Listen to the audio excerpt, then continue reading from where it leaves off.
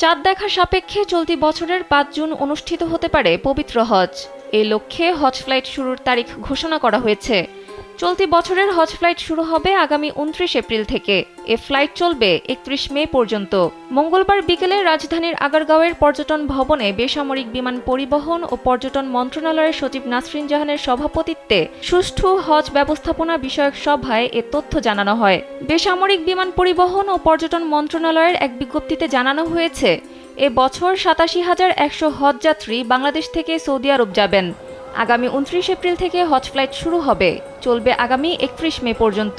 বিজ্ঞপ্তিতে বলা হয়, হজযাত্রীদের পরিবহন ব্যবস্থাপনার অংশ হিসেবে আগের বছরগুলোর মতো এ বছরও বিমান বাংলাদেশ এয়ারলাইন্স মোট হজযাত্রীর ৫০% অর্থাৎ ৪৩,৫৫০ এবং সৌদিয়া এয়ারলাইন্স ও ফ্লাইনাস মিলে বহন করবে বাকি অর্ধেক, অর্থাৎ ৪৩,৫৫০ হজযাত্রী। বিজ্ঞপ্তিতে আরও জানানো হয়, এবছর হজের উড়োজাহাজ ভাড়া জনপ্রতি ১,৬৭,৮২০ টাকা নির্ধারণ করা হয়েছে।